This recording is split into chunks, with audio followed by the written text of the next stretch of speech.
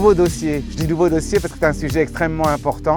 Cette piste ici du Grand Parquet en herbe. Pourquoi cette année suis-je le seul à pouvoir marcher dessus alors que d'habitude, évidemment, les cavaliers en rêvent de voir leurs chevaux terminer une prestation ici lors de la grande semaine. Un homme connaît bien toute cette partie technique des pistes, c'est David Jolivet. Bonjour David Jolivet. Bonjour. Vous êtes un peu le patron des pistes, du confort des chevaux. La première question, David, pourquoi cette année, alors qu'elle est sublime, vous ne laissez pas les chevaux venir sur ce Grand Parquet? C'est tout simplement une évolution auquel on est aujourd'hui mis au fait avec nos cavaliers. Nous avons un terrain en herbe, comme vous voyez, comme ça, visuellement très joli, mais il a quand même quelques années d'existence. Et là, aujourd'hui, au niveau du sol, il est quand même assez abîmé. Et donc, il y a besoin de le refaire, quand même avec une particularité, c'est qu'il serait plat. Et nous allons aussi, on y travaille pour que ça soit un nouveau système par subirrigation, c'est-à-dire arrosage. Par en dessous. Mais techniquement, comment ça va se passer? Techniquement, je peux dire, c'est un peu simple. C'est comme si vous mettez une piscine, un liner, avec des tuyaux pour remplir et pour évacuer l'eau. Et vous maintenez toujours le niveau de l'eau au même niveau. Donc on va être obligé de tout enlever. On refait un terrassement à nu. Alors, il y a la piste en herbe, on a compris, elle va être complètement refaite.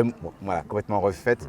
Mais il y a des pistes qui existent déjà, elles sont en sable. Il y a un système d'irrigation également qu'on va découvrir, extrêmement moderne, toujours évidemment dans une volonté de bien-être du cheval. On vous suit, David. On y va. Bon, c'est ici la boîte magique, secrète. C'est ça, alors elle n'est pas secrète, mais on se dit une petite boîte comme ça pour gérer toute une piste, on se dit qu'est-ce qui va se passer, qu'est-ce qu'il y a là-dedans. Montrez-moi, David. On va le découvrir. Allez, donc nous avons bien sûr une arrivée d'eau, et cette arrivée d'eau, elle arrive directement dans cette cuve, où il y a des électrovannes, et puis un niveau, si je peux dire un niveau constant, qui est là. En fin de compte, vous imaginez une éponge.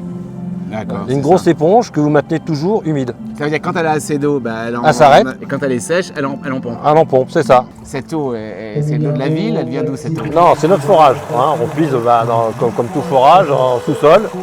C'est en autosuffisance. Le Grand Parquet a sa propre eau. Oui, pour tout ce qui est sol équestre et également tout ce qui est pour les écuries et les box et les aires de douche.